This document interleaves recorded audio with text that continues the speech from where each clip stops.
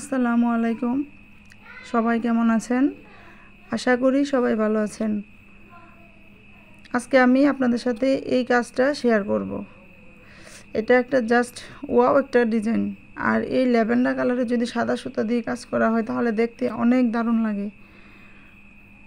এখানে যে সেলাইটা আমি করতেছি সেটা খুব জনপ্রিয় একটা সেলাই।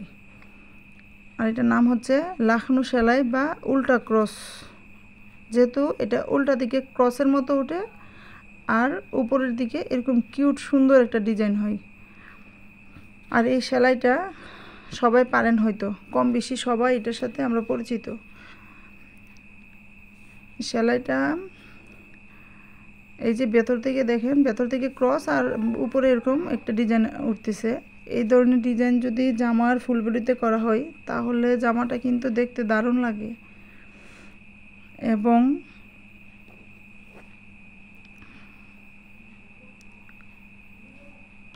স্মার্ট লাগে। অনেক সময় কালার কম্বিনেশন নিয়ে আমরা সবাই চিন্তিত, কোন কালারটা দিলে সব থেকে বেশি ভালো লাগবে।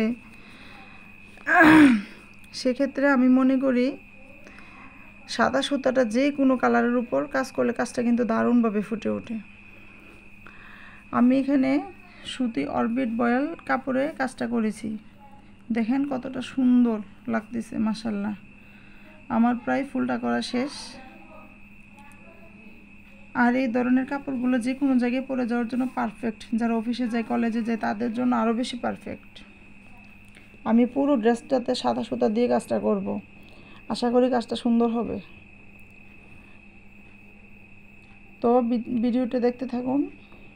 সেই সাথে আমার পেজ থেকে যদি দেখে থাকেন তাহলে একটা ফলো দিয়েন, এবং চ্যানেল থেকে দেখলে আমার চ্যানেলটাকে সাবস্ক্রাইব করে দিন।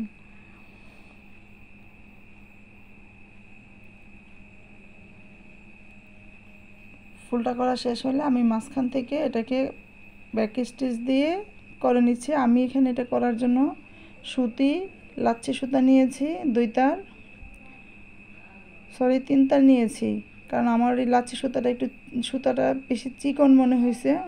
সেজন্য আমি 3 তার করে করতেছি, যেন কাজটা একটু ভালোভাবে ফুটে ওঠে, একটু ফোলা ফোলা থাকে, ফুটে ওঠে। তো আমি এভাবে করে করে ব্যাক স্টিচ দিয়ে এটা ভরাট করে নিচ্ছি। তো আমি আবার পাপড়িগুলোর ভিতরে আরেকটু কাজ করতেছি। সেটা হচ্ছে কি, লং ফ্যান্স নট দিয়ে এটা আমি ভিতরেরটা ভরাট করে দিচ্ছি। তো এইভাবে করে আমি সম্পূর্ণ ফুলের পাপড়িগুলোতে এটা করব। তারপর আমি সাইড দিয়ে আরেকটু ডিজাইন করলাম। এটা লখনৌ সেলাই ড্রেস। এটা আমি একটা ওয়ান পিস করতেছি। এটা কালারটা আসলে বেগুনি না, সরি, ল্যাভেন্ডার কালার। কিন্তু ক্যামেরাতে একবার বেগুনি, একবার ল্যাভেন্ডার, একবার ব্লু আসতেছে, এরকম আসতেছে। তো এটার উপর আমি সাদা সুতা দিয়ে ডিজাইনটা করব। এটা একটা অংশ, ডিজাইনের বুকের অংশ।